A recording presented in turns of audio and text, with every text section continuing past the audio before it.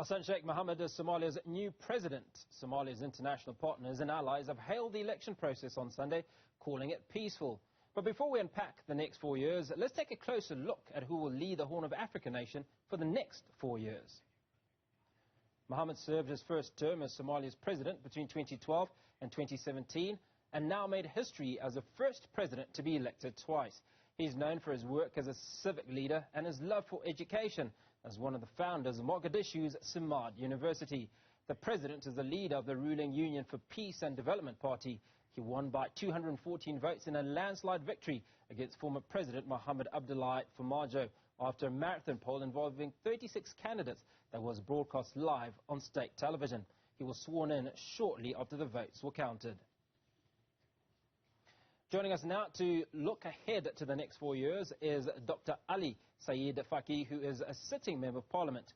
He's also an author, scientist, and joins us now from the capital, Mogadishu. Dr. Ali, very good evening. Thank you so much for speaking to us. I suppose congratulations are in order. But the first question is, just how important was a peaceful outcome to this election? Yeah, well, this was very important. Everybody was concerned about what was happening. As you have seen, this was the longest election in Somali history, maybe in recent history of the world. So people were concerned. There has been, you know, when there's an election, there's always tension, too much tension. A lot of things are at stake. So it was very important, the handover, you know, the peaceful handover of the presidential election is always a history for Somalia, and this has been the same. Everybody was expecting to be the same. You know, last time when President Hassan Sheikh lost, he handed over the presidency very peacefully. Same thing is done by the former president, President Farmajo. So considering what the country is going through, the political instability, clan conflict, you know, and what is happening around the world. So it is really an important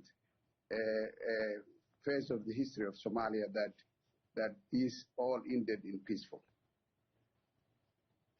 Another significant victory for President Hassan Sheikh.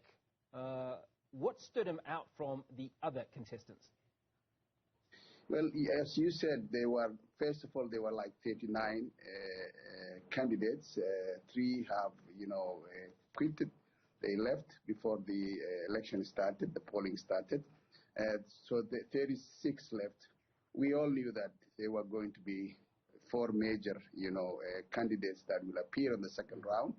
And, you know, there's also a culture in Somalia, as you already said in the introduction, that an incumbent never gets elected. So when 4 of them came out to the second round, it was very clear that Hassan Sheikh was going to be the next president. What happened was that, you know, the number of MPs who have elected other candidates, including former President Sheikh Sharif, they all joined the team of Hassan, began voting for Hassan Sheikh.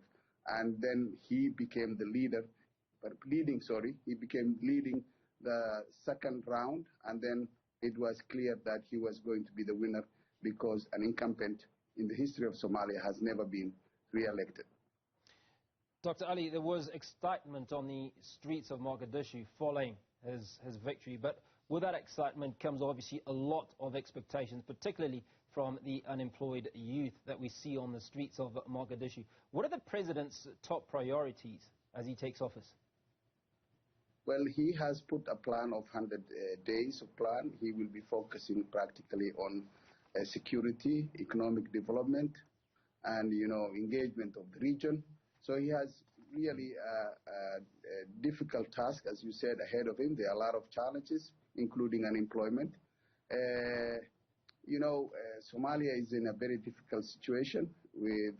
It has not yet, all its resources are untapped, so they are not, revenue collected are really very limited, and it all goes to be, you know, for salaries. So as long as, you know, but what I want to tell you is also we have private enterprises that is developing, and that's really creating jobs to the youth. We have hundreds and hundreds of graduates who are unemployed, but this is a challenge that the government will face, and I'm hoping, and all us are hoping, that the president will have a plan to, to provide jobs and, come with a plan providing jobs to the youth, which is very important for the country, which has about 65–70% of its population is youth who are under 35 years old. Dr. Ali Said is speaking to us from Mogadishu, sitting Member of Parliament. We thank you for your time this evening.